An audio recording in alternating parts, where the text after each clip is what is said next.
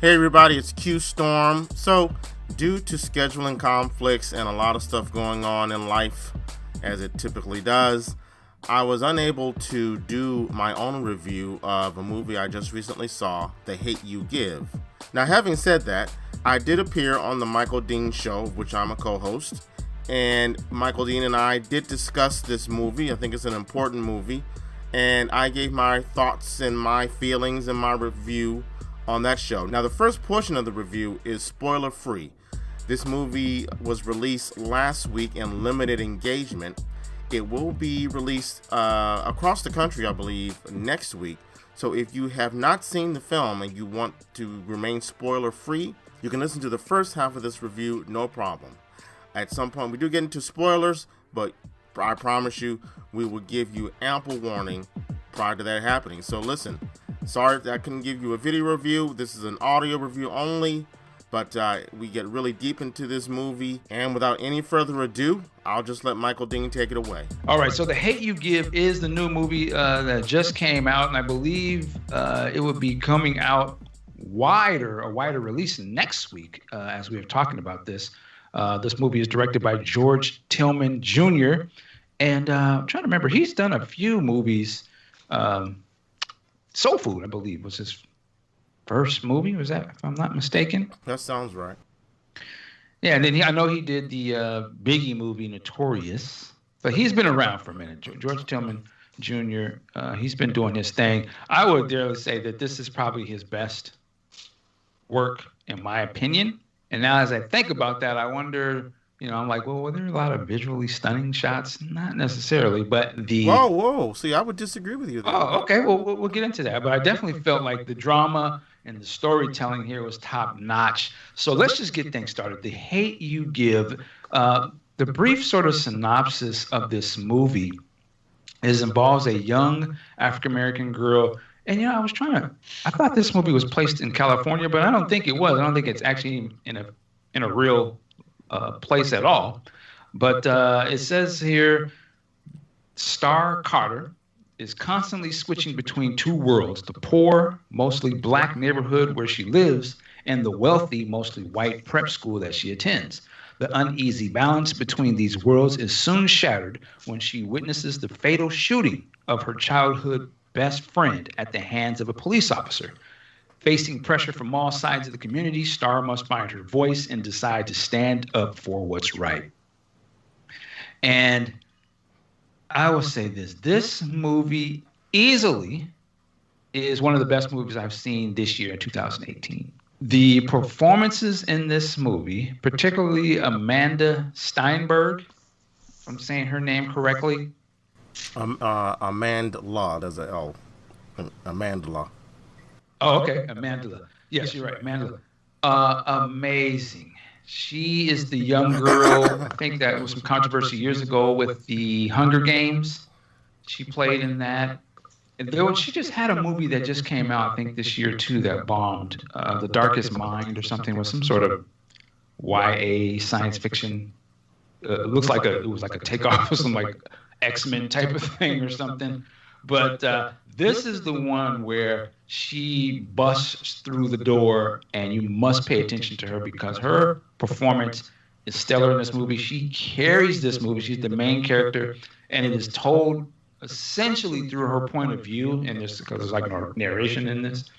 But she captures a lot of different things in here. One, she captures, in my opinion, the sort of the younger girl, the young African-American girl, going to school in a predominantly white environment. And to me, that was like going to work. As an adult, I could see this is how it would happen sometimes when we go to certain jobs. And versus that where you're around your own people. And in her case, sort of they call it the ghetto in the story there. But, in the hood, basically. And then how things are when she's at home and around her friends or around people that are African-American, of certain types of African-American. I don't want to say that all people act like what's in this movie. But obviously there's that kind of code switching that happens a lot of times when you talk this way around your friends and then you act a certain way around when you're at school or at work. And I thought she captured that great. I thought she captured great being a young girl in a family. I have to shout out this. What's my man? He always playing the dad. Russell Hornsby. He plays Maverick Carter. They call him Mav. But he was the guy who played the son to Denzel in Fences. Yes, he also plays a dad. I think he's a cop dad. It was in a ABC family show that ran for a while. It's about a black family, which is really good. I'm sad that I can't remember the name of it because I used to watch it. I'm thinking he played. What's that movie? What was the one with Urkel? That's all I can think of when you say that. No, it was like an hour-long drama. God, it was so good. Wow. Lincoln Heights. Lincoln Heights. Shout out to Lincoln Heights. A very good program. And he played the dad in that, too. Some similar types of things going on in that movie, but in that TV show. But nonetheless, Maverick, Big Mav, was that dude. And I'm trying to keep my little review quick here because it's easy to just go off on a tangent on this movie. The characterizations of the characters in this movie and the things that are going on, I thought was handled very well. Essentially, for some people, you will probably see this movie as, is this some sort of Black Lives Matter movie? And that does play into this. But to me, it was a movie that is about a family. It is a movie that is something for everybody, no matter if you're white or black, because I think it sort of shows you a lot of different sides of when there's like this police shooting and a black person gets killed. Obviously, you're going to see a point of view from black people, but I think it also shows you a viewpoint from some white people who are not being intentionally racist and are not trying to be, flippant. But again, they may not understand how things affect other people and vice versa. You can watch stuff on TV and just hear different, catchphrases or different talking points and just be like, oh, well, he didn't listen to what they said, or, he was probably a drug dealer or something. So this is what happens. I think this movie sort of deals with that and sort of just shines a light on people to show like, yo, these are the different sides of this argument, of this situation that happens today and is presented in a way on screen that I don't think intentionally will make anyone, it could make you feel guilty, but I don't think it's like ramming it down your throat, trying to, manipulate you per se with that type of stuff. And I say that because I can tell there might be some people who are, oh, this is just some liberal, bull crap to make white people look bad or something. And I personally don't think this movie does that at all. Now, if the shoe fits and certain things get you triggered, I think it's only because you got something else going on inside of you that you get sensitive to certain things. But I don't personally think they are making, it's not a all white people are bad, all black people were good type of movie at all, in my opinion. I think this movie is a movie that should be seen by all ages and everybody. I think it's one of those movies that's going to make you feel one way or the other. And I think this is the type of movie that is very timely because, again, there's a lot of tension out here in these streets. And this movie, to me, reminds me that we're all freaking human beings that live in America, and everybody's situation matters. You know what I mean? Like, when I say that is to say, like, yeah, this guy got shot, and you might think, oh, he just deserved it. But why do you think like that?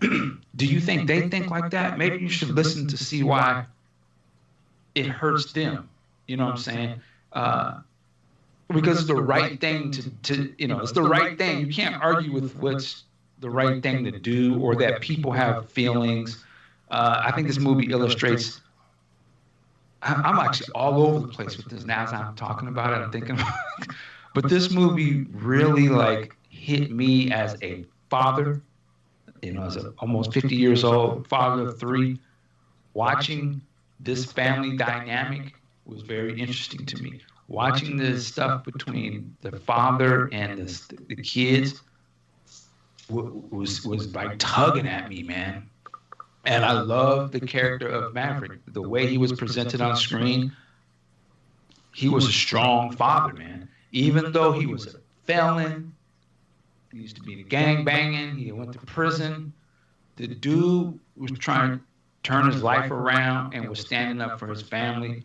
And even in the face of like, some very bad odds and family being in danger, he was not trying to back down. That was good to see. I'm going to stop because I don't want to spoil things yet. I'm just going to tell you that I love this movie. It's not a perfect movie. There's some kind of melodramatic type parts or parts that almost seem like they were pulled out of a TV show or something. But the overall movie I thought was very powerful. The actors were all good here. The message of this movie I thought was potent. This movie feels like back in the 90s when we saw Menace to Society and Boys in the Hood. To me, this is sort of today's sort of version of that.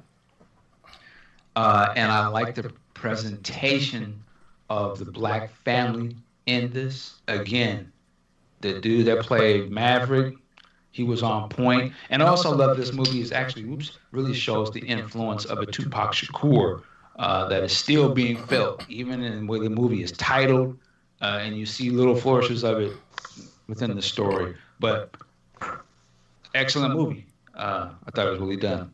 Q Storm, what did you think? Maybe you can give a more coherent viewpoint because I just got flustered for some reason. Well, damn, man, you done stole most of my gems. I'm sorry. So, all right. I went into this movie thinking, okay, I'm about to get preached to. It's about a cop shooting. It's all going to be from one perspective, which may be the right perspective, but it's going to be clearly cops are bad. Black folks are always the victim or the martyr. And it's going to shove down a particular, and I'm not saying it's not an agenda that needs to be addressed. I'm not saying that at all, but I tend not to like it when you make it so obviously clear cut. And what I was surprised to see that this movie does not do that. For the most part, it does not do that. From the beginning of this film, and you made a comment offline that you thought, I'm not trying to blow you up, but you said that you didn't think there were that many special camera shots. The first shot of this film, it made me say, oh, okay, this Mr. Tillman, I remember him doing some stuff, but he's ready to play. The first shot of the film, the camera is on some sort of crane, right? And the camera starts on the street. It's a regular street in what looks like it could be South Central. I'm not sure where it is. It pans off, and then it comes onto this house. And then it booms in through the front window. And right there, boom, it settles. And you see a mother, a father, a daughter, and two sons. And I'm like, wow. Okay. All right. Bring it. I felt the same way within the first 20 minutes of this film, the same way I felt when I went to see Boys in the Hood for the first time. And Boys in the Hood, I haven't seen that movie in a while, but it has long been one of my top 10 favorite all-time movies. Why is that? Now, this movie has flaws, and we're going to get into that. We're not going to spoil it right now. This movie has flaws, but I can say the flaws are maybe 30% to the movie's perfections, which is 70%. It's a good script. The characters are all believable, for the most part. All believable. They may not do things that I would do all the time, but you invest in the characters right away. The story starts off subtle, and then there's a large build. There are situations like, I'm not going to lie to you, I have never been in a situation, and this is not me trying to be bougie or anything, it's just my experience, okay? I've never really identified with the quote-unquote hood life other than what I saw in movies, and I could appreciate it, but I could never identify with it fully, All right, but there's an element of this film that the young lady Star, she goes to a mostly white high school. It's like a private school. That had me right there because that's my experience. So all of that, I knew exactly what she was talking about, right? And I was probably so brainwashed going to it. I really didn't have that struggle, but looking back, I should have had that struggle, and I knew exactly what she was talking about. I'll go further with it. My son right now. He goes to we're spending money to send him to a private school, a Quaker school, a friend's school. And I'm so glad that I brought him to see this movie because he's going through that right now. Now, I don't think he knows it. So I'm trying to take my ignorance that I had going through that, and I'm trying to say, son, don't be ignorant like I was. And I'm not trying to make him into a hate monger, but I'm saying it might be a different thing when stuff goes down. Like they were having that talk at the beginning of the movie. He understands that. I don't think he understands that there are some permutations and some code playing that both sides go on to. And I'm trying to, like, he comes home talking about, you know, he's starting to get into girls now, right? And most of the women are melanin challenged. I'll leave it at that. Hilarious. Okay. So, being cute. It's Mark, I'm being real. Okay, this is real. I'm not talking bullshit. All right. My point is, I'm glad he saw this film because it had a little bit of that in it. I don't know if it served the plot. That whole plot, which we're going to get into, could have been a movie in of itself. And the other thing, this is just an anecdote. The other thing is, you know, my son being in the environment that he's in, he comes home talking about, Dad, I want you to play. I want to play the song from 21 Pilots or from these groups. I have no idea. And I'm like, you ever heard of, I need to play you some Prince, some OJs. And he's like, when we left this movie, he said, Dad, do you have any Tupac albums? And I was like, I did my job. Accomplished. But George Bush, mission accomplished. Okay, I'm getting off track. Right. Every character in this film, I bought it. Even Common, whose acting wasn't, he couldn't hold a candle acting against these cats. But his character, I appreciated that one scene, which we're going to get into, where he's kind of presenting it from his perspective because he is totally correct. Let's be honest. I am so happy, even though they didn't give that side of the argument a lot of shine. I'm just glad that they made an attempt to say, look, there is this going on too. Yeah, and make sure you remind me of that because there was so much more to that character, and they didn't show what he thought, but definitely want to touch back on that. Right. But so I said earlier, the flaws are 30% to the movie's success is 70%. Your man, my man, he made some knucklehead decisions, but I can talk about the father. Yes, he made a couple of knucklehead decisions that put his family in danger. But you know what? That's what. Well, I'm not gonna blow up nobody else's spot. There's another cat that you and I both know who goes on about how people in the community, they be behaving kind of knuckleheadish, and I might agree with this person. But I understand completely and don't blame them 100%. You know what I'm saying? So that actor, let me know the next movie he's in. I'm going to go watch Fences again just because he's in it.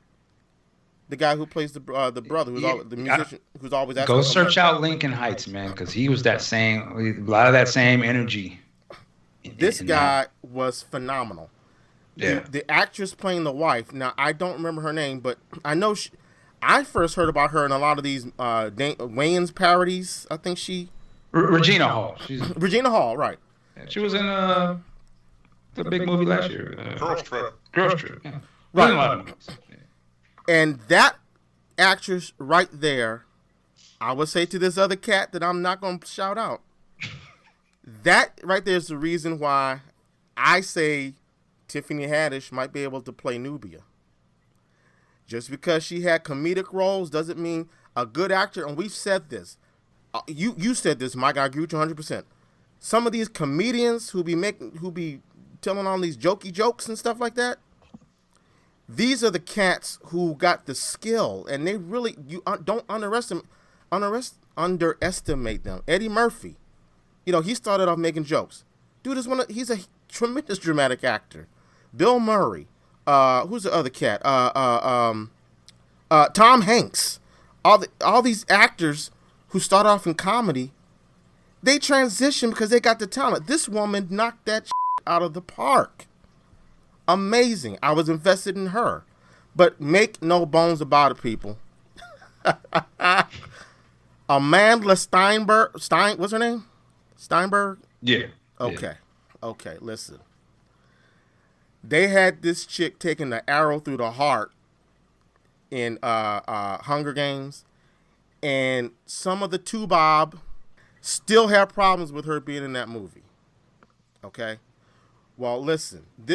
There's no doubt about it. This actress, she is the essence of this film.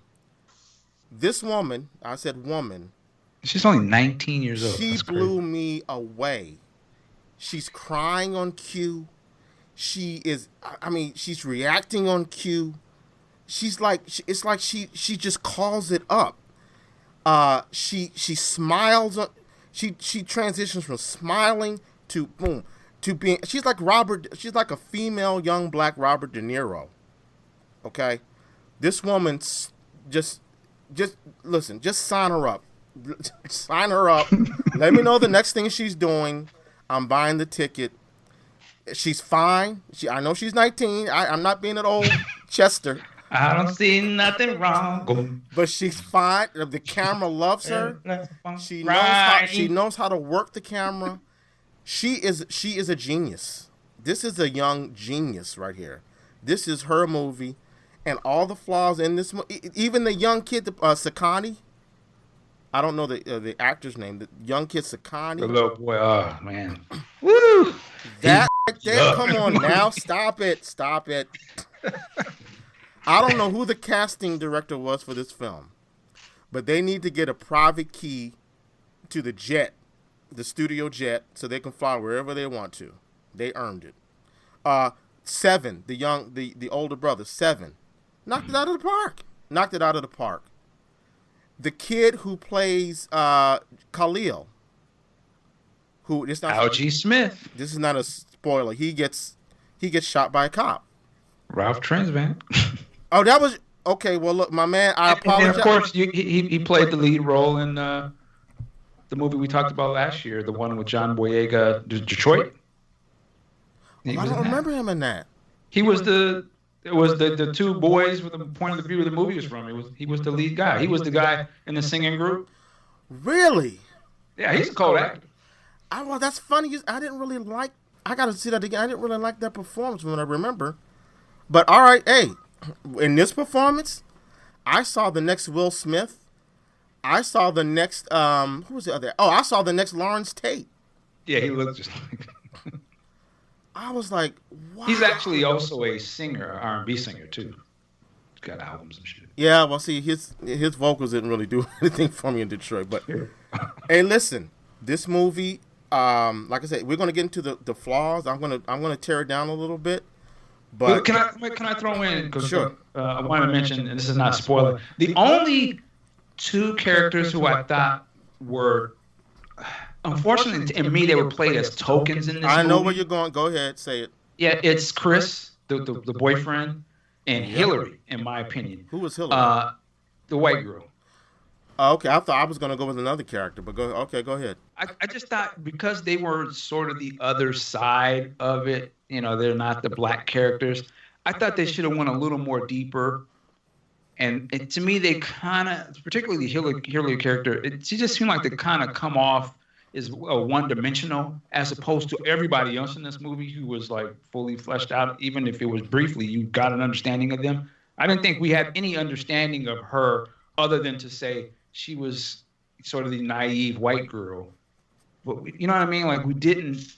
because it's easy to just kind of be mad at the shit that she's saying. It was insensitive, but I just thought she wasn't as fleshed out as the other characters. And then the Chris character, which I want to just say it here, in the book is a lot more fleshed out.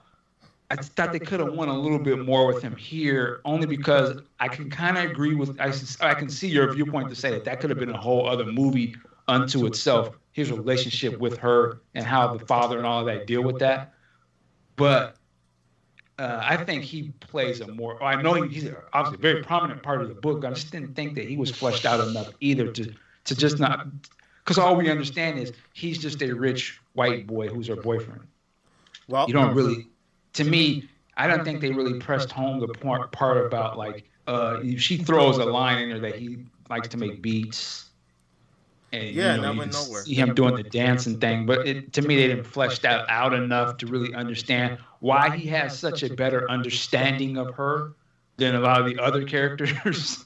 You know what I'm saying? Because he was comforting her, comforting him. I can't even talk. Comforting her, and being able to, you know, hold her and understand her when she was like, "It's because you're white, you don't know," but you didn't understand why he knew.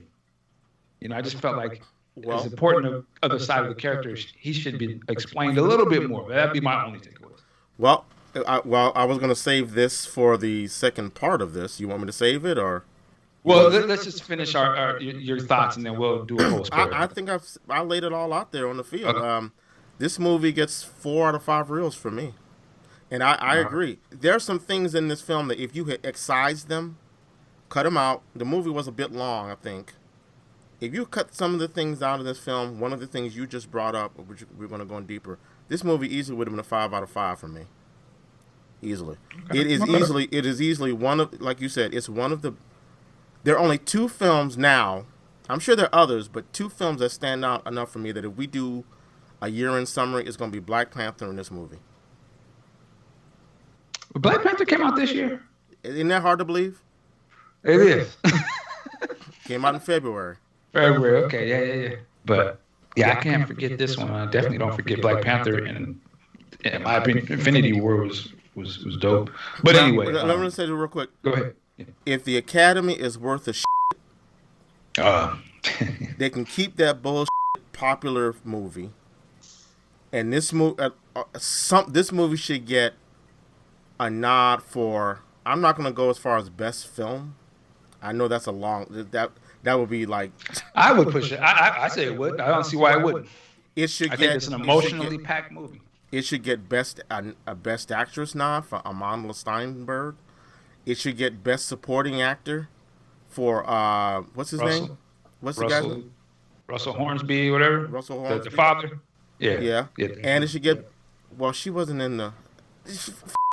And what's her name? Should get. What's her name? Which their name was? You talking about Regina Hall? Regina Hall. Really interesting. Okay. I mean, none of that. I felt everything that she said in that movie. Yeah. Amen. You know. I pretty much co-sign everything you say. This is an incredible movie. All right, so that was the first half of our review. Now we get into some serious spoiler territory. So again, if you have not seen the movie, you might want to shut it off right here, right now. Go see the movie, and then come back and check us out. Check out what we had to say as we go deep into this film. All right, Michael Dean, the mic is yours once again. Man, where should we start? I'll start at what I really, really loved about it, and some of the things. When it first starts and the dad is giving the talk about what to do when you're pulled over by the police, I thought it was very powerful that he had them memorize the 10 points system of the Black Panthers and sort of how that played later in the book. I believe it was the part when they went out to eat later on in the book, and King, Anthony Mackie's character, and them were standing outside, threatening them or whatever. And then Mav goes out to confront them, and then the police come. And, it turns, and I knew where it was going to go at that point. I was not like surprised that the cops are going to harass them, but it was still powerful to watch. And particularly that little boy started crying And that's the part sometimes you forget. We forget about our actions and how they affect our children. And I just thought all of that shit that was going on, and some of it could have been avoided. And then you see the boy crying. I was just like, man, this is why we gotta like get this shit together, because these kids ain't asked for none of this shit, like, and they gotta deal with it. But when they go home, to me was I would have gave Russell the Oscar right there on that scene when he was like, everybody get out the car and stand on the lawn. And he came out, what's the number 7 of the temple? Man, I wanted to stand up so I was like, man, this is the father right here. He's holding his family together. He not dealing with, crying and all that. We're gonna stay strong. We're not giving up. I just thought that was this shit right there. I don't remember that being in the book either. I just thought he killed that, man. I was like, God, this is such a good visual to see this. And that's another thing. This movie to me was hopeful. It had a lot of hope, I thought. But that scene, yeah, he shut it down right there. I was like, damn, man, Big Mav, man, he's no joke. And the thing is, in the book, he is a lot larger of a character in terms of what he's shown. They didn't show enough about it, but that store that he owns was a focal point of the book. The store was like the central place, and that was how everybody knew Star. Star was not Star. She was, oh, you're Big Mav's daughter. You work at the store. You bag up groceries. That's how everybody identified her. So when she would go to school, she was, sort of the lone black girl, cool black kid. But when she came back to the hood, she was really just known as, oh, you're Big Mav's daughter. He was such a respected figure in the neighborhood because, he was a gangbanger before. He had went to prison, and then he came back. He started working at that store. And the guy who owned the store was the only person who would give him a break to get a job because he was a con. And I guess when that guy was going to retire or he died, Mav bought the store and said, you know what? He gave me a chance. I'm going to make this store something great, and I'm going to have my kids work here. So he was actually a very big presence in the neighborhood, and she was trying to get out from under his shadow almost. She wanted people to know her for Star, not as, oh, you just Big Mav. Don't you work at the store? Q, bring up some things that you want to talk about, too. I don't want to dominate. Well, you talking about Mav. Let's talk about him. He was a very complex character. Yeah. And okay, this was another angle I wanted to approach. Is one of the issues I had, coming up, as they say, like when I went to see Menace to Society for the first time, when I went to see what was the Spike Lee movie? His big Do the Right Thing. I saw those films like that for the first time. Like I should probably watch Juice again too, but when I saw those two films and other films like that, I didn't like them at first. You know why? Because I couldn't clearly identify. I couldn't really clearly point out who I was supposed to be cheering for. Interesting. And as I got older to today and going to see this movie, I realized, let me just say, Menace to Society and Do the Right Thing are two of my favorite all-time films now. Because I learned that sometimes you don't know who to cheer for. Everyone has a perspective. Now, why do I say all this? It's to say that I just said to you that Maverick was that dude. He was, the actor killed it. The character was so deftly written, right? And now I'm going to say he made some knucklehead decisions. Yeah, decisions that I would not have done. Like he, I like the fact that he's an ex-gangbanger, right? And I'm seeing, okay, first of all, that camera move into the window, we see a family unit, and that was the first thing that was like, okay.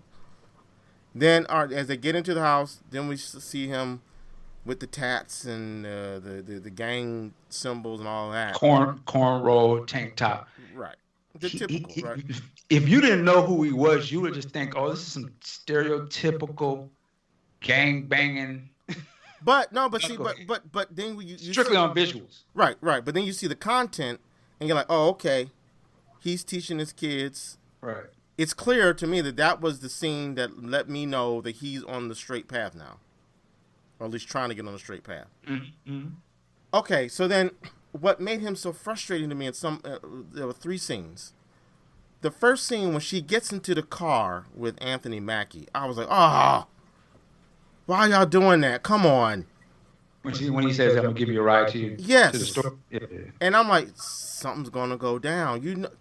I know your daddy taught you better than that. And then when see, that's the thing. I hate to interrupt you, but I don't know if it's conveyed, but we have to remember that that King or Anthony Mackie is a stepdad. Okay. So you know what? There's so much more deeper stuff going that's on. Right. You kind of forget that. But go ahead. So that's why she can get in that car. Okay. You know what? Well, you just I still don't necessarily agree with that action.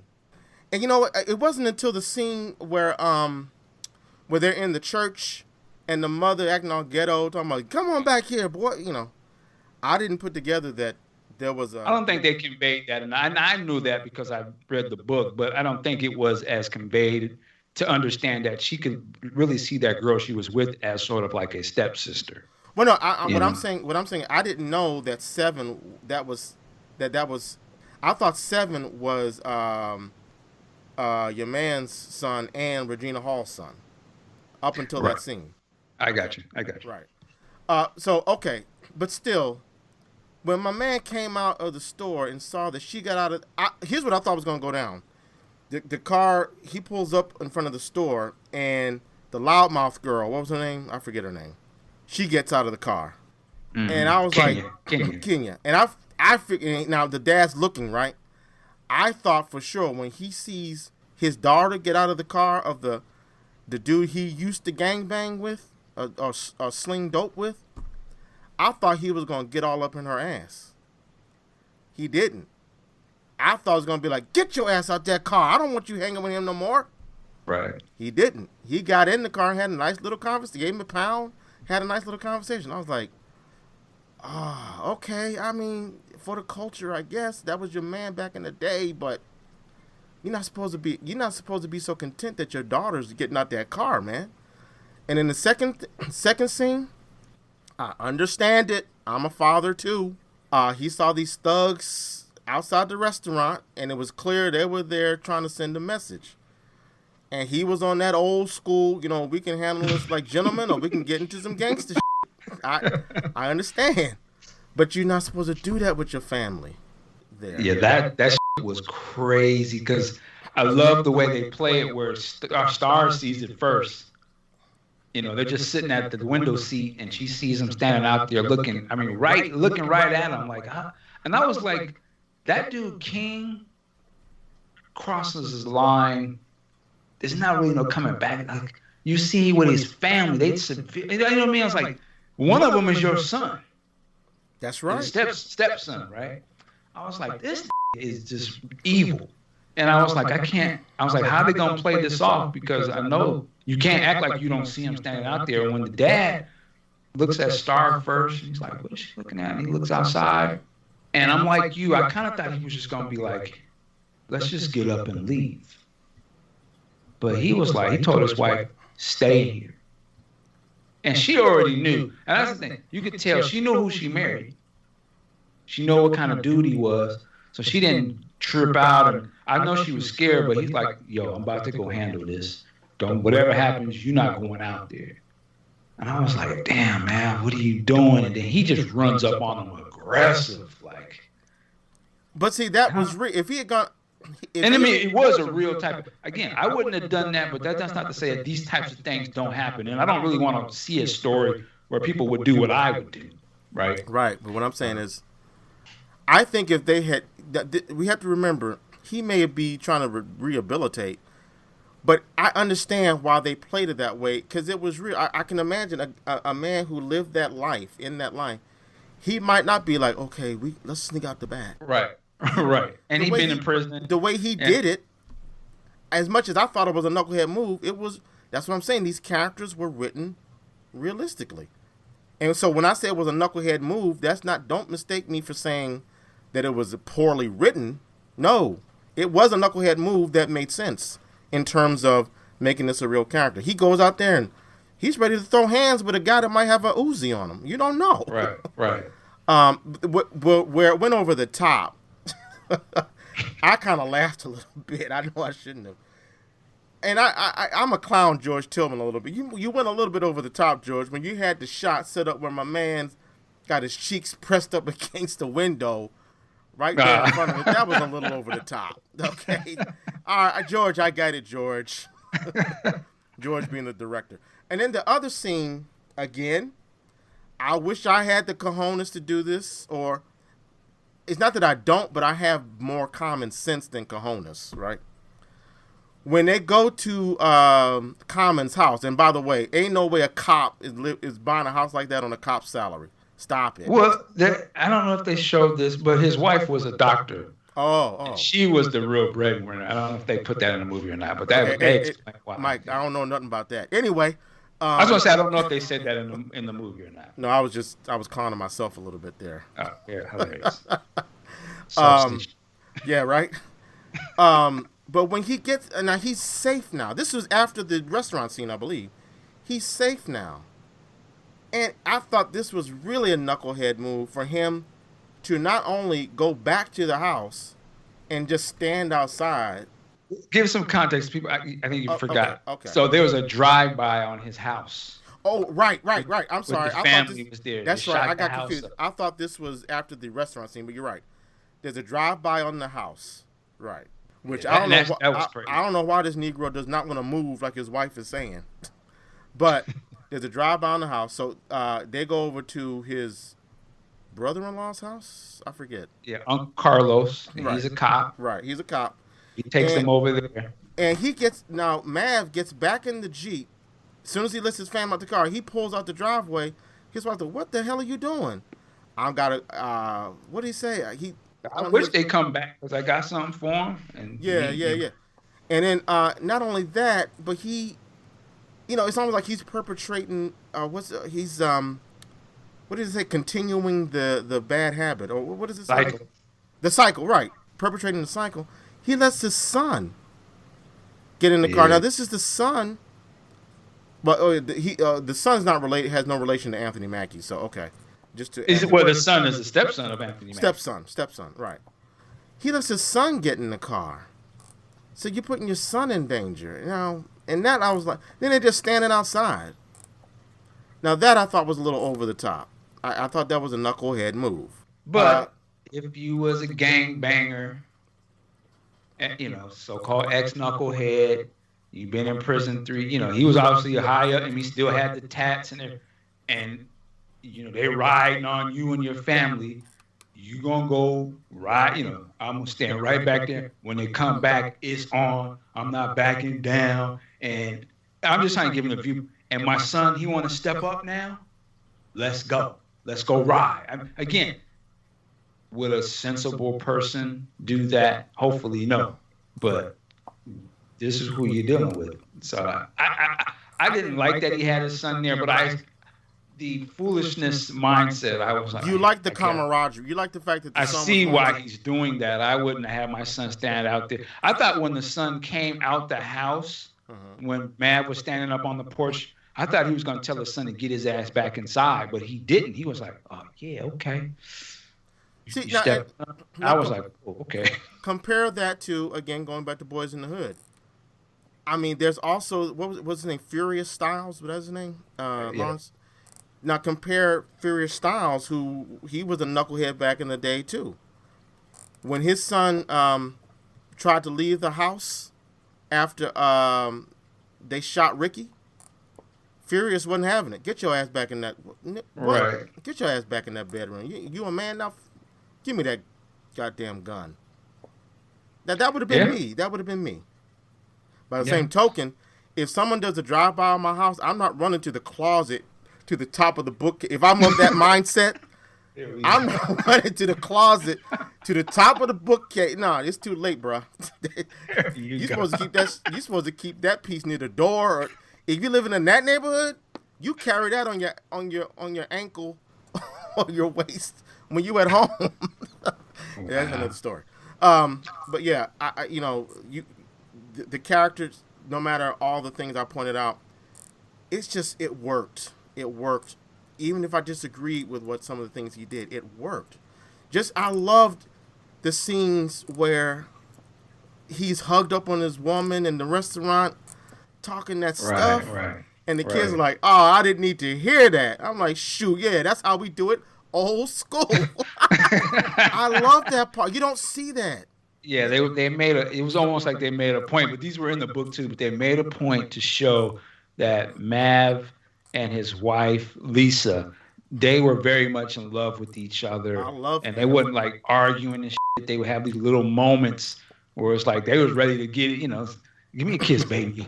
And the kids are like, but that was dope because you don't normally get to see that kind of stuff on the screen.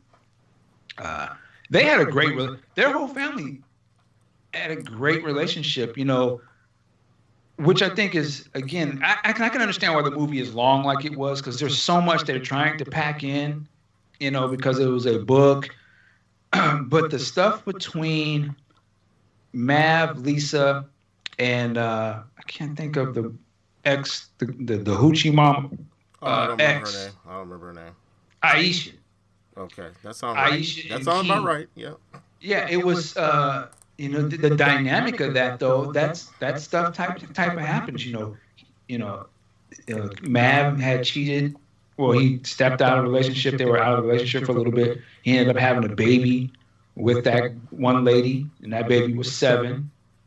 And you could see how they sort of kept 7. He lived with them, but his mom was still around. Obviously, she's with King, the big drug dealer dude. And I wish they could have shown a little bit more of that, but that was an interesting dynamic because again, here's King. He still has very much presence in the neighborhood. You know, Mav went to prison because he took the rap for King, right? Allows him to get out of the game. He did 3 years, right? Through 3 years. And then he has his son, and this is why you spoke about earlier why Mav goes up to the car as his daughter gets out, and he doesn't go off per se. In a warped sort of way, I respected the maturity at least Yeah. Mav Okay. was All trying right. to Yeah. have, Yeah. that Yeah. he Yeah. could get in the car with King and understand that this man here is around my son. Yep. Okay. You know what I mean? I got you. Yeah, you're right. You're right. Yep. As crazy as this dude is, and it was a respect on both levels, because I think he said something like, yeah, even early on, King sort of insinuates, yeah, you don't want to have Star talking to the cops, man. And my man said, "This is when you." I'm so glad you brought that scene up. Yeah. This is when I was like, Mav is the. He said to King, who's obviously rolling in a nice ride. He's balling. He's in balling. the streets. But my man Mav was like, I don't give a fuck. He said, because King said, "Is that how it is, man?" He said, "That's how it is." That's how it is, yeah. Yeah. In other words, stay the fuck away from my family. I mean, even the Italians have that code. You don't fuck with the families. Yeah. That's what I say. He crossed the line that was like you're uncrossable, and it was weird. The dynamic is that they're tied together, and you see later on, King beats 7. That it was some wild stuff. That didn't make sense to me. How did he went and picked 7 up and brought him to the house and kicked his ass? Or? It was a little confusing. Now, in the book, there is this common thing going on where King is beating 7's mom, and there's like an abusive relationship, and that's why 7 was always over Mav and them's place, because he'd rather stay there because there's so much drama going on over there at his house, over at their house. He just doesn't want to be a part of that. Mav doesn't feel it's his place to speak on that. Even though he had a. It's not his place to speak. That's his son. Well, it's not a place to speak on the beating between King and the chick that he had 7 with. You don't think so? Well, I'm just saying this is what he was saying in the book. He's like, all right, okay, all right. he don't put no hands on you. You know what I'm saying? And you can stay over here. And of course, don't let him touch, the kids or anything like that. And then he would tell the little girl, Kenya, I believe, long as he ain't coming at you with this stuff, he never addresses it to King when he does see him on those times. But that, so that dynamic is playing there as well. There was the part in the church. They actually go to the church like it was in the movie, but King sends some of the other gangbangers up to the casket to put the bandana gang colors on Khalil. Wow. And he's insinuating that he was a king lord when he died, and no one knew that he was a gangbanger. So the story started going out that not only was he possibly a drug dealer, he was also in the gang. And the mother, the ratchet mother, she very much wanted to have her son be around her, but she was, out of pocket and he didn't want to be there. So there was a whole big part where Seven finally stood up to his mom and blasted the out of her in front of everybody. He's like, nah, I don't want to be around you. You ratchet, da-da-da-da. And it was a whole big thing. Like, his character was way bigger in the book, too, Seven. But his mom did not really, it seemed like she didn't really, from the movie, his mom didn't really care about him because she was like, y'all messing up my drink. Get out. She's like that because he blasted her early on. It was a couple scenes before that where Seven finally gave it to her and just chastised her in front of everybody. It's like, you're right. I don't want nothing to do with you. You're an embarrassment to me. I'd rather be with Lisa and these guys. And so that's why she was like, what, you then. And that's why but I say all that to say is there was a big dynamic between these families. The other thing, too, is the riots in the story there were multiple riots that were happening because of the grand jury, not just that one you saw. So there have been multiple riots going on. There was a curfew in the neighborhood, different things. And Maverick was really trying to be an activist, So he was like, listen, let's get all the OGs together and get these kids so we don't burn up our own neighborhood. You saying he was the Black Pastor? What's the pastor? Well, he was on his Black Panther stuff, and he was really on his Tupac. You see in the story, he was a big Tupac dude as well. But he was like, and he wanted to protect his store and the other stores on the block. He's like, we can't burn down our own neighborhood. Get all these gangbanger dudes together and let's patrol this shit ourselves. And let's stop the killings. Because the cops, they're looking for an excuse at this point. And so he had this whole gang summit thing at his house and then just had the gang members staying at his place after the shooting because he figured that was the only way they could really protect themselves. The cops were not going to do it. Uncle Carlos could only do so much. And so he had all these gang members around the family because he wasn't going to move. And so like those gang members you see that pick up Star and them at the end in the truck, those were some of those same gang members who were at the summit. So they knew who she was and they knew about Mav and they were out there trying to protect her and would shuttle her around. Last thing I'll say this about Uncle Carlos, which I wish they would have shown. He got suspended because he has a conversation with Star and she tells him that number 115 had pointed a gun at her. I don't know if they really showed that in the movie, but he actually points the gun at her until the cops come and has her standing at gunpoint. No, they didn't show that. When she finally tells Carlos about that, he didn't realize that. So all that shit he was talking about, this is what cops go through and da-da-da-da. And she actually asks him, well, would you have shot Khalil? And he's like, yeah. And so when she tells him that part of the story, he sort of has an awakening like, whoa, I didn't know. Why did he have the gun on you? And then changed it for him. So he actually approaches that white cop and busts him in his mouth. Man, they should have shot. Well, that would have been nice. It would have been so long, but so he ends up getting suspended. So he does have a change. Like he admits that what he was saying to her earlier was wrong. Oh, wow. And like, really? You have, he was like, you know what? It's more than the cop's point of view or your point of view. It's the right point of view. And then for him, it got personal because he felt like, how you going to have, you point a gun at my daughter? It was a whole big thing between Mav and Carlos, like, and they showed a little bit of that in the movie, like who was the father, and they again the whole part with the white boy, everybody knew that was her boyfriend except for the dad, and it was kind of a long running thing because Chris actually lives in the same neighborhood as Uncle Carlos lives right down the street. You busted So Uncle Charlie. so he would always be coming over, but Mav never knew it. And so Mav was really upset because he was like, "You told Uncle Carlos he knew about this and I didn't."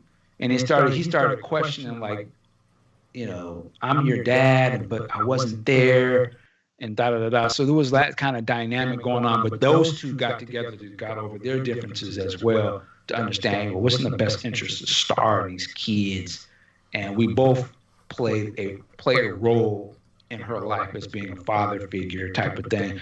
I mean, I would implore anybody to go read or listen to that book. There was so much other stuff in there, but it makes sense how they had to cut it down. Last thing I wanted to say this: I don't fault it because it plays right in the movie, but I was thinking about this morning. Once the beating of Seven, it's very implausible that everything after that happens all in one night. Because they go and pick him up, right? He's just got beat.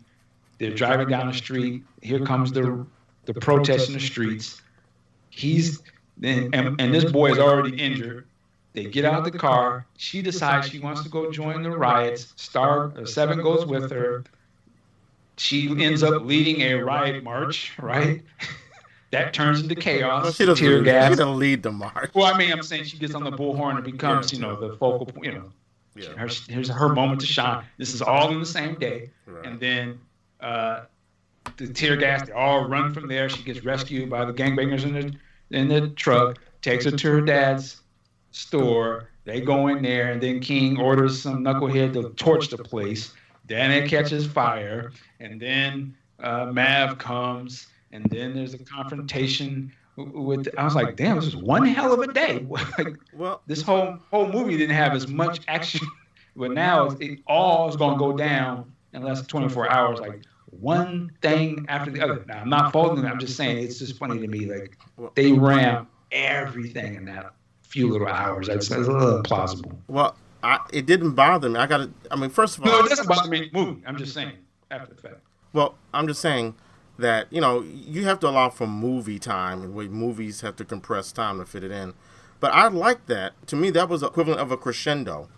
Everything happens. I mean, the whole movie Detroit. That whole movie is like all this happened in one night. So but that was reality. I understand, but I'm just saying it did not strike me as completely implausible. You don't think it's a little bit like it didn't. All I can tell you, it didn't bother me. That no, it didn't bother me either. But I mean, once I watched it, I didn't even think nothing. I didn't even notice that, to be honest. I'm not saying you're wrong but right. No, I'm saying you don't notice it during a movie. It makes perfect sense. A movie has to play like that. But I was just like, if you stop back and look at it, though, it plays like an action movie sort of at that point because you're gonna put in so much. All of this is gonna happen within a couple of hours. And it's not a fault of the movie. I just thought it was funny that they go through so much. One thing, like most of the time you wouldn't have those events would happen like once every, couple months or something, but they have it all go down. It was just pretty interesting.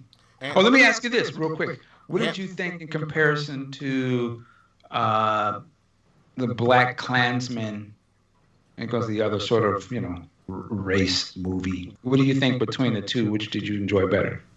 Oh, hands down, this one. No question. Now, that's not to say Black Klansman wasn't a good movie. I think I gave it 3 or 4 out of 5. I can't remember. But I think this one, even though it's funny, that was based on a real story. But I don't know. Not that those characters, I didn't buy into them, but I bought into this completely. Like, there was no scene where I could say, like the scene in Black Klansman when, I forget the character's name, that the black main character, who just goes up to David Duke as his driver and is like, how are you, his security, how are you doing, sir? I'm your security today. And David Duke's like, okay. that was more implausible than anything in this film, and that was real. That's kind of sad, actually. What did you think of Haley in those characters? And it's in Haley or the Hillary? part. Was it Hillary? I thought it was Haley, the white You, girl. you said Hillary. You said her name was Hillary. Did I? Yeah. I don't know. You tell me. Well, I'm looking at. Let me look at Wikipedia. It's Haley. Hailey. Okay. The one thing they did change. I also wanted to tell you this. So there's the scene where Haley tells her, you need to get over it. Why are you tripping over all this racial stuff? And this is when she pulls the comb out. Right. The brush. And get down. Now in the book, it turns into a fight. Like she straight clocks that girl in the mouth, and there's a whole they pull her off and all this. And then like they want to suspend her from the school or expel her, but the principal kind of because of the circumstances and who this girl is, she's in the media now. We're gonna give her a pass on this one. It was just emotional tinge type of thing. I wish they would have shown her hit her. Like I wonder why they didn't show her hit her. Can I just interrupt you real quick and just answer this one question and continue that thought? The one thing I didn't understand, didn't make sense to me. How was she able to keep it a secret for long that she was there? Weren't the cameras on? Wasn't there footage showing her there? Like, how did no one in her school know? No, there was no footage of showing her there, showing anybody in that car. If there was footage, it only shows the outside of the car, not in the inside. It seemed like the police officer would have said there was a young lady there and given her name, and he would have said who. But they didn't. And probably because she was a child, they didn't put her information That out just there. seemed like, I don't know how, I found the most implausible, that she was able to keep it a secret so long that she was the one who was there on the scene. And no one knew that. Because there was a scene in the funeral, in the memorial service, where Issa Rae walks by the family, and she gives her a look, and they say, she knows. I'm like, well, of course she knows. No, she only knew because she had been talking to Khalil's mother, or grandmother, excuse me. And the grandmother knew because she asked her, remember? She knew, the grandmother knew she was there, and she asked her, well, you were the one in the car, weren't you? And that's how that lady knew, because she was working with the grandmother. I don't know. It just seemed like in today's age where we find out everything. I mean, I know the cop told her to drop the cell phone. Well, we don't find out everything. I mean, think of that shooting that happened in Dallas. There's a lot we don't know about, which you think would be obvious, but no, we don't. But we know all the players involved. That's what I'm talking about. Well, we think we do. Well, we only know what they've told us, right? We don't. I don't want to get off. We don't even understand how she would have possibly went and shot that guy. And they tell us one thing, and then so I don't think it's not implausible to me that we wouldn't know that somebody not caught on the footage was not there, and we don't know who that person is. And plus, she's a child. They don't normally out children in these types of cases. Okay. All right. Well, you asked me about Haley. Here's what I'm going to say. Maybe controversial. When she had that last scene where she said she was talking about, it was at the house at the Asian girl's house. They were playing video games or something, and then they started watching the news reports. And I think that's when the girls found out that it was Star that was there. And she says, well, he would have been shot anyway, or something like that. He would have been shot. Right. Somebody was going to kill him anyway. And that's what I'm saying. There's no right or wrong perspective. She was right in what she said. She was right. However, interesting. She was I can't see the word. Insensitive. Well, there's a word that rhymes with which. For saying bitch. It. Yeah, I don't want to say that. I didn't want to say that. She was wrong for saying it in that context, or saying it at all, given what Star was going through. But like I'm saying, there is an argument to be made that the cop's family doesn't deserve death threats. They don't deserve any shade or any heat. And that's what Haley was saying. Now, does Star give a damn about that? No. Well, I think the point was I don't think Khalil, there was no one to speak up for Khalil, but he didn't deserve that either, right? Like he's Well, not let's there to defend himself, right. the cops, the cop doesn't defend himself, but he has family members that are going to speak out and frame it, the way. And actually, yeah, I hate to. In the book, the father speaks out before Star does, which sort of triggers her to want to speak out because they're putting out that, oh, well, he was just a good cop and he was scared. I think that kid was a drug dealer, sort of throwing that narrative into the media. And that's where Haley and them get that. And Star's like, well, that's not, one, that ain't got nothing to do with it. Two, who's going to speak out for Khalil? No one knows that I was even there. Should I still be silent? But they're making him sound crazy in the media. But my only point was to say, I'm not saying that she was right in saying that Khalil, if she was implying that Khalil deserved to be shot, she wasn't right about that. But she was right in condemning the fact that he was dealing drugs. That's all I'm saying. And in the scene where I guess it's one of those things to me where it's like, it's you said a true statement, but just because it's true or just because that's a fact doesn't mean that that's the right thing to say. And I said that. I made that clear. That's something that you would go with. And so it doesn't, to me, it doesn't like, there's a lot of real things that are real, but, am I going to point out all your faults to you? Is that going to make you be a better person? Or, you know what I mean? How is that going to trigger you if I tell you absolute truth? It might make you worse. It might, but I'm just saying the screenplay presented all sides of all the issues here. Right. And I would say this, during the scene where he gets shot, the whole time I'm saying, Negro, sit your ass down. Stop it. True. Why are you reaching into the window? You've seen, I mean, this is set in the real world because we saw her blog or Tumblr page where they had Tamir Rice and so these things were happening in this world. Why are you acting the fool? Well, you're right, and it's the same way it happens in reality, right? You got grown. He was a child, so I could somewhat give him. He was ignorant, but you see grown-ass men doing these things, and in reality, it just, like you said, it shows all faults and rights of everything. And he should have. She was telling him exactly what to do, right? Put your hand up on the thing, Khalil. Put your hand up on the dashboard. How am I gonna put my hand on the dashboard if you want me to get, and then talking smart back? Can I say this, Mike? Go ahead. I don't know about the Khalil character, but one thing that I was talking to my son about that it came to me. We saw a father in Star's home telling her the news, telling her the deal, what the deal was. Mm-hmm. Was there a father in Khalil's home that was able to tell him that? I wonder if they were saying something there too. They might have been. I can't remember. The fact that he didn't know. The fact that he didn't was know. Trying to reach Mav to help him. I can't remember if they had that in the thing or not. But Khalil turns to her and asks her about her dad. He's like, I want to talk to Mav. And I think later the grandmother is like, yeah, he was trying to get in touch with you, Mav. You were his father. He wanted to get out of it.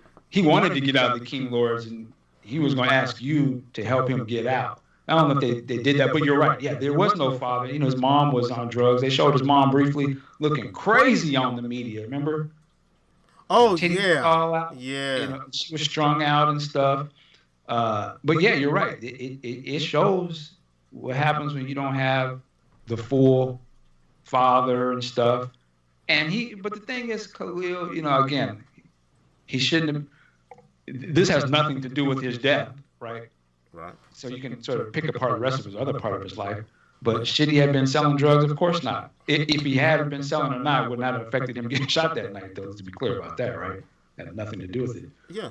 But his reasons by why he wanted to do it, would there have been reasons I would have used?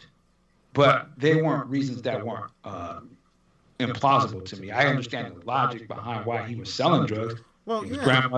grandmother got fired from her job. She's got cancer. They ain't got no money coming to the house. He was working at Mav's store, but he wasn't making enough money. And so he said, I'd rather eat than feed my family than starve. And he's going to pay the price if he had to pay a price for that. But the thing about it, he got shot because, in my opinion, he was not cognizant that they are scared of you. And you can't be doing all this other shit when the cop got the license to kill you and he might be frightened of you. And it's out, you're late at night, you look like probably what they think a criminal looks like. One, they may think a black person's a criminal, and possibly two, your type of car or whatever it was, right? And this is the thing Uncle Carlos was saying, because she asked him, well, what if it was a white guy dressed in such a way? You had done that? So the young boy didn't realize they see you as a threat. A lot of young people are not going to probably have that foresight, unfortunately, sometimes, because they're young and do dumb shit. But before, you could probably get away with doing dumb stuff, and it just been dumb stuff.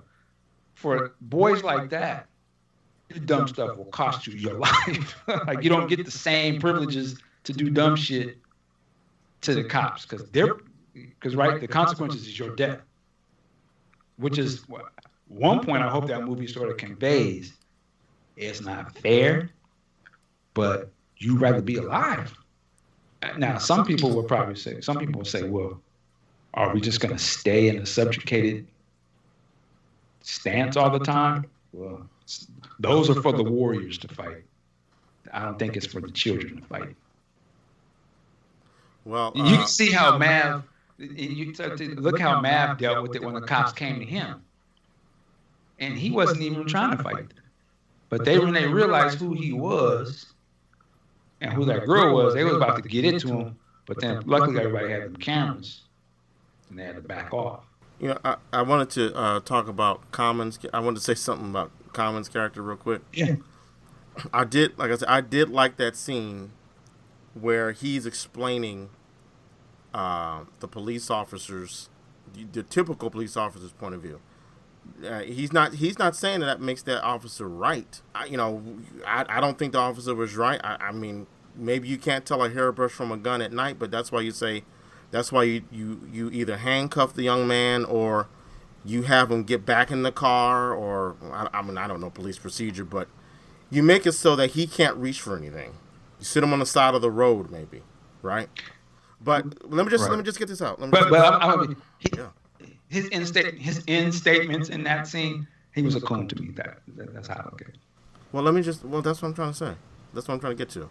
I was like, okay, good. They showing both sides of the coin.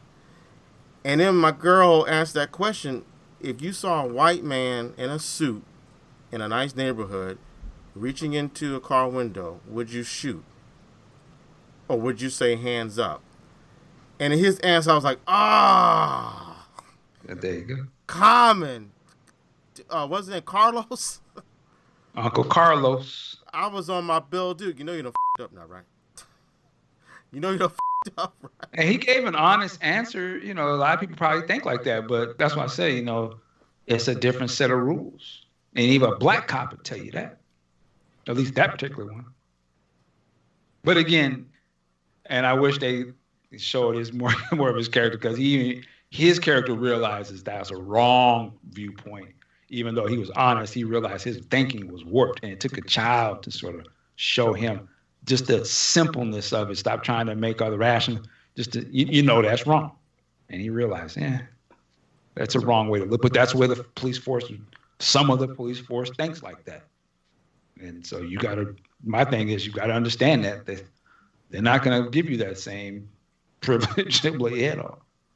Well, see, and that's to me, that's the main reason why that cop was wrong.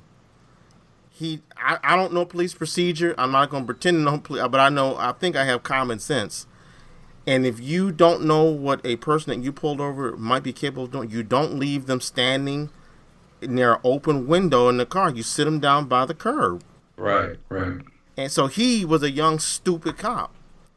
Or he had no reason to pull him out of the car. Or you say, hands up. Drop it. Hands up. Let me see your hands. he had no. There was no reason for him to pull him out of the car anyway. Well, no, well. I mean, they did. I think the reason he pulled him over, I could be wrong, from what I'm going by memory, because there was a report of a shooting at the party they were at. No, he said he pulled him over for busted taillight. Oh, okay. So there was no reason. Even he just gave him his stuff, and he just went on and checked his stuff. There was no reason to pull him out of the car. Let me ask you this question: when he yelled at her, "Drop the camera," do you think she should have, or do you think she was in deadly, threatened? What's the term? She was in. Right. She could have been shot. Well, that's a hard one because I would have instructed. Hopefully, I would have taught them before they pulled over. And they made a point to say it's dark out here. There's nobody else out here. To call your dad or call somebody and tell them what's about to happen, where you are at, or at least say, turn on the live cam and just set it on the dashboard or something. So if he just said, put the camera down, I would have said, well, it's live streaming. You're on live right now. So that's going to hopefully trigger the cop to realize, damn, I can't be on no shit. And if I tell her to turn it off, they're going to know I told her that. And somebody's watching me, or at least being recorded. So even if she just sat it down on the dashboard and left it running, that would have at least been something else too. But I don't know about putting the phone down. Well, at least turn it on and put it down. He didn't say turn it off, and he can't make you turn it off. Well, you got to be able to. The video is the only thing that helps saves us sometimes. Let's be clear. When they're pointing a gun at you, they can make you do whatever they want you to do. Well, they can, but again, he doesn't know that she's turning it off or not. So I would at least just have it running and put it down. He's not going. He ain't got time to look and see. Did you turn it on? Right? No, I'm not disagreeing with you.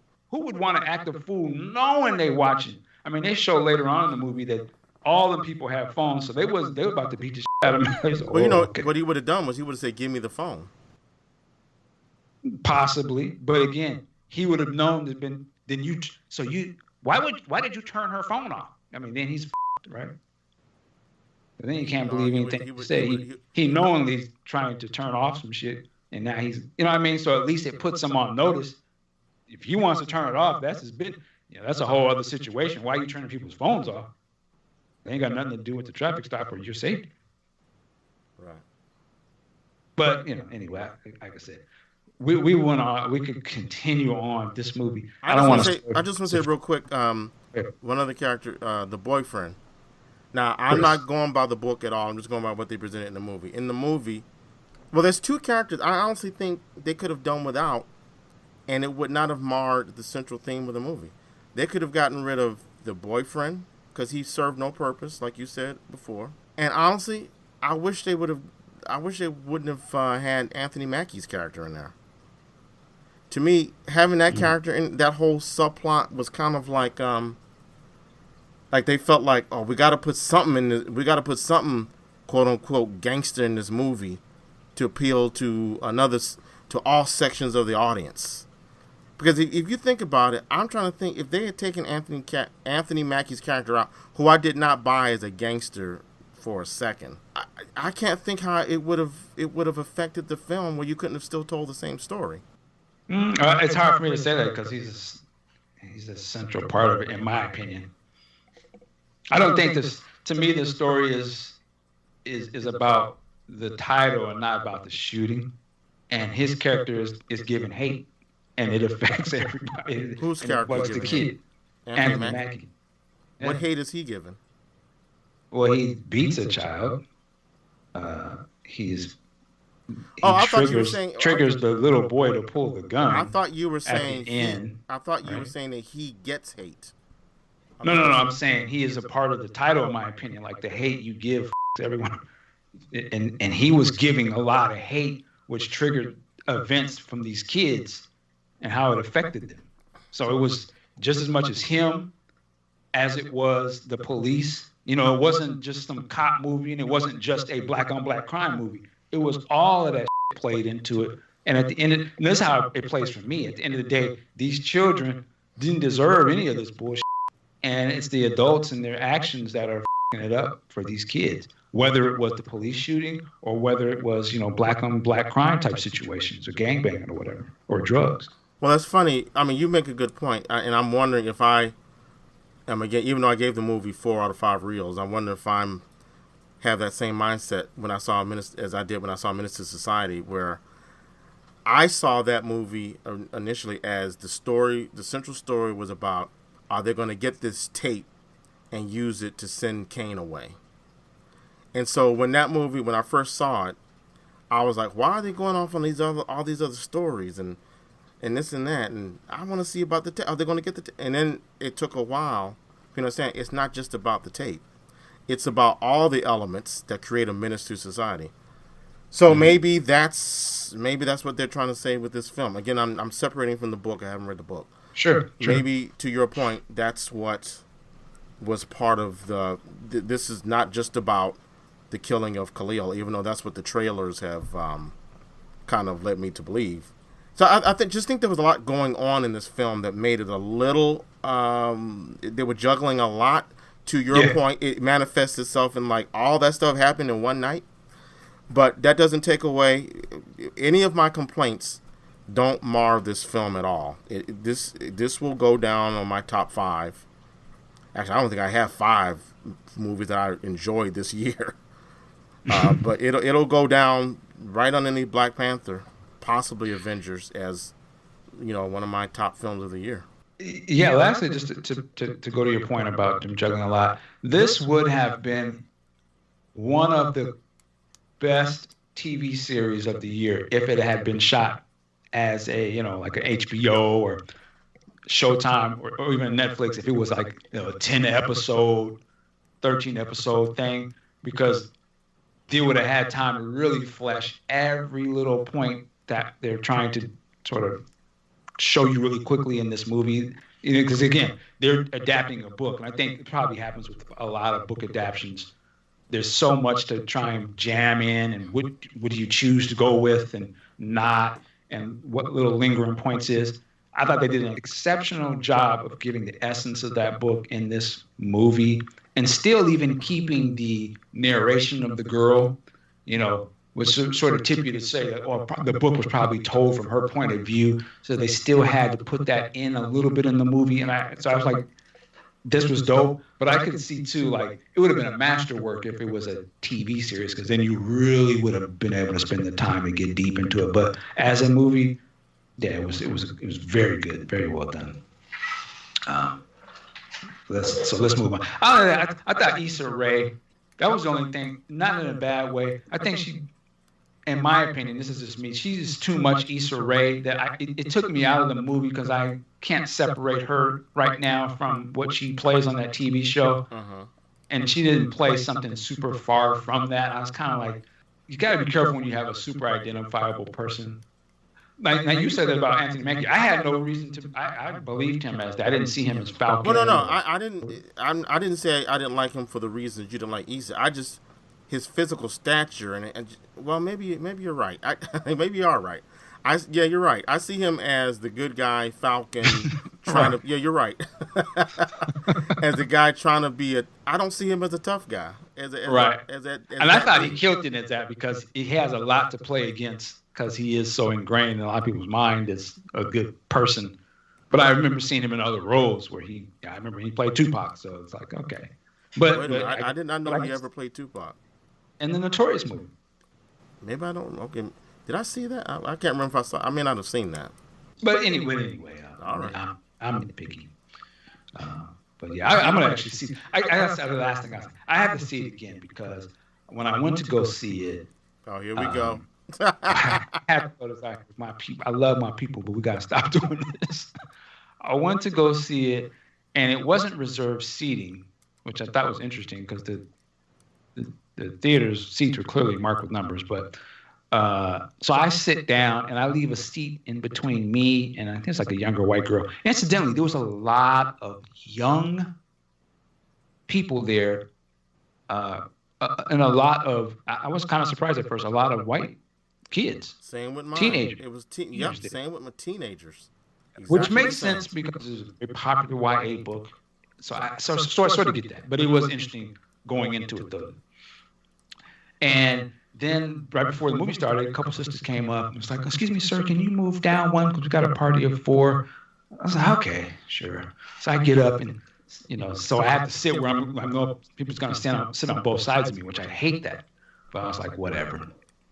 Now these sisters came and they was like not young kids. They was probably guesstimating they might have been in their 30s or something. And it was it was 4 of them, and I know they was out having a good time, so it was cool. But during the movie, every little thing in this movie, mm-hmm, mm,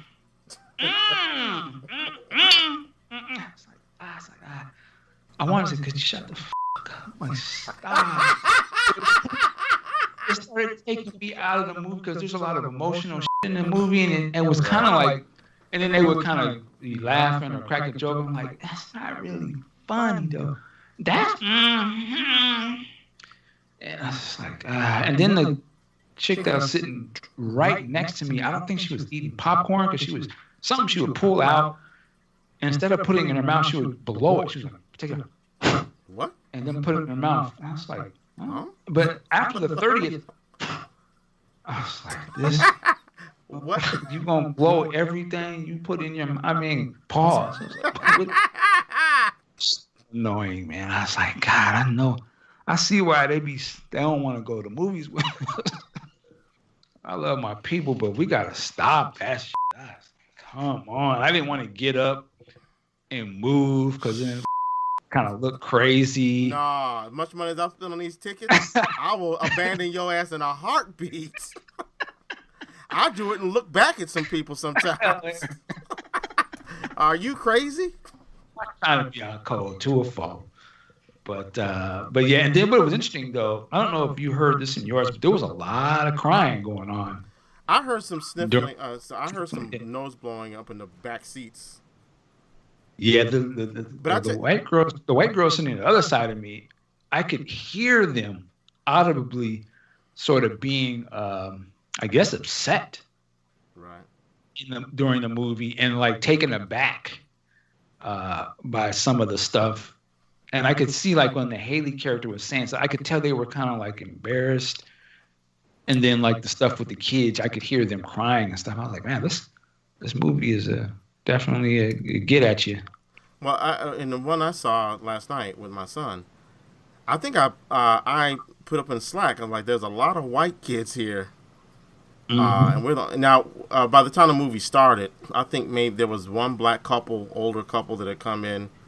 Maybe there was another, but all of them were like white grade school and high school kids, and I was like, wow. And you're talking about tearing up. I got to tell you, what's funny is I'm not gonna. I'm an easy crier. All right, I admit it, because of some shit that's happened to me recently. Some shit that's happened to me 2 years ago that I tried to get out on this on your show. What was that show you do? A Place in the Heart. What's that show you do? Stop it. Place in the World. Place in this world. Right. I'm sorry. I don't know what the show is being called. I've been on for 8 years. Go ahead. Yeah, we haven't done one of those shows in years. Anyway. I don't know why, but I started to get a little teary when, and this is a spoiler at the end. I told my son when mother said you can go in his room and take anything you want. And I told my son, I said out loud, I said, she's gonna find that wand. And when she found the wand, I was like, okay, all right, okay, stop, okay, let me pinch myself, or let me do something. Nah, no, stop it. Yeah. And I don't know. They wasn't gonna get me out there like that. Like I said, I was sitting next to them sisters and stuff. I was like, nah, I'm not gonna even play myself. Yeah, allergies. Yeah, I was like, post-nasal drip. I was like, this movie's. I was like, woo, somebody smoking a cigarette in here. My eyes are. Somebody smoking in here. Yeah, I don't know why, but when he was, I don't know. I was a little like, why do they got these kids talking about this? Why do they have these kids in this film talking about identifying with this property that, is mostly Eurocentric? maybe I'm being falsely. Well, you know what? Because I think generationally, a lot of our kids is into that actually. Right, to me it just spoke to, and I understand, I get it, but it did speak to me of saying that we don't really have our own thing that they could identify with, or Right. if we There was do, a yeah. No, you're right. You're right. Yeah, it was a big thing with Chris and Star Wait, about Who's Chris? Who's Chris? the Oh, white the white guy. Yeah.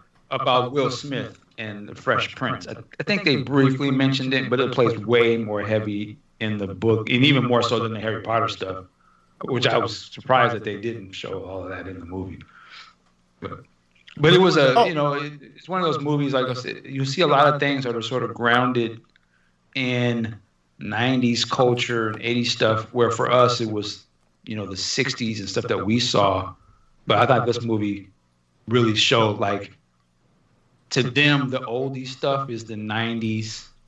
I think she said early on, why are you playing that old music? And she's talking about Tupac. He was like, yeah, this is the truth, da, da, da. And there was another part in the book where his dad was playing some Tupac, and she knew what it meant already, and he was like, "Oh, you already up on some pop," and it just shows a lot of the stuff that we see now is referencing back to the '90s and stuff that we were kind of a part of. But for them, this is their oldies. Let me ask you a question. The character Kenya, I think that's what you said her name was, the loudmouth, who took the money from Anthony Mackie.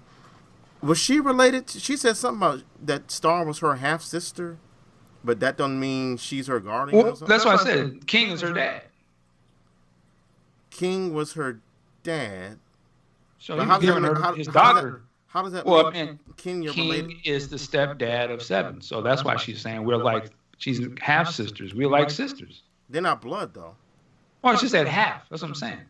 So they were like sisters. They had this. They in a sense How would share. they have sisters though? There's no blood between them.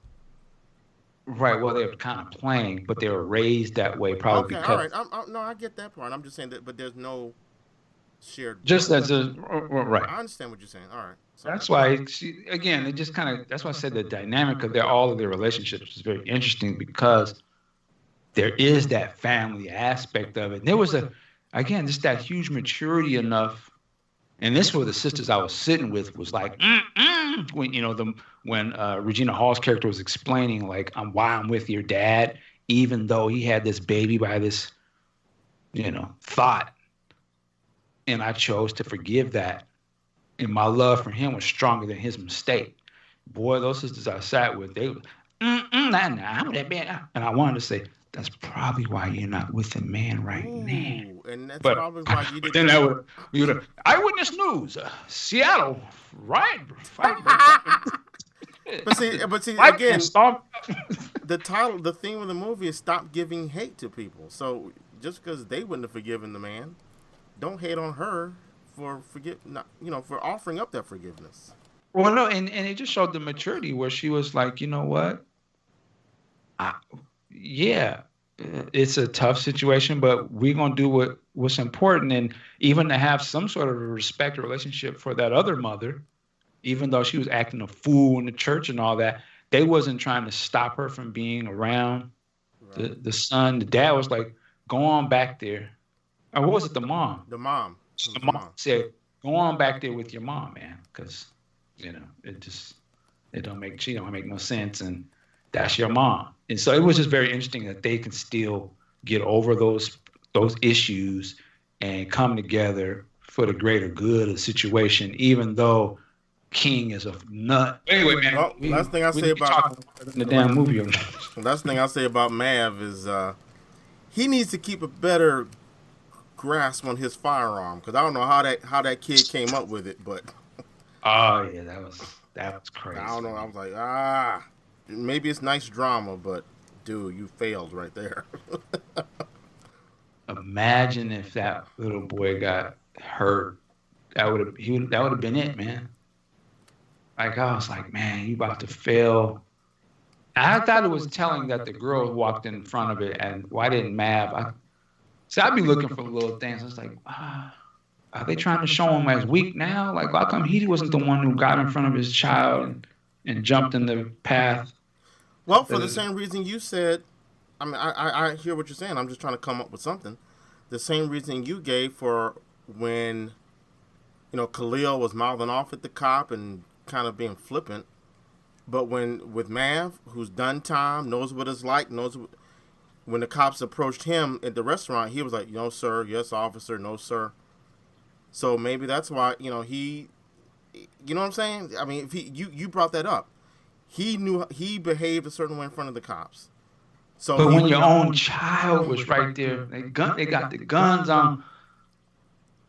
I was just kind of like, wouldn't he be the one to step in front of his child and like, I'll take the bullets? But the little girl was the one that did us. But I mean, it was still good. I just was like kind of tripping about that. I mean, that's a very good point. I never thought about it until you just brought it up. Don't ruin the movie for me, Mike, please. Because that was the climax that was the climactic moment. Now you got me thinking that was some bullshit. I mean, this is gonna be interesting. I want to hear when everybody else sees this how they see it, because I could see somebody saying that this movie was total bullshit too. Who would say that? They would have to come into it like that, but I could see how they may get caught up on the Chris character and be like, oh, so he's the one that can confront or can heal. So I could say, oh, ain't no but white daddy. No, see, Mike, stop talking. You're gonna ruin the movies for me, Mike. Stop it. I like the movie. Let's move on. You're gonna make me stop. All right. But I've already said I thought the Chris character was pointless. Right. Maybe the book fleshes him out more, but here, I didn't buy that relationship at all. That was the one failing on her part. He does no wrong in this movie portrayal. I will say that, which I kind of was like, nah, okay. She did not convince me that they were in love or boyfriend girlfriend at all. That was a funny scene though when she brought him home. Pops wasn't getting no ground. He's white. You better get your ass on. So there you have it, ladies and gentlemen. A fully comprehensive review of this film. It's a great movie. Go check it out. And that's the Martini. We will see you soon. Take care.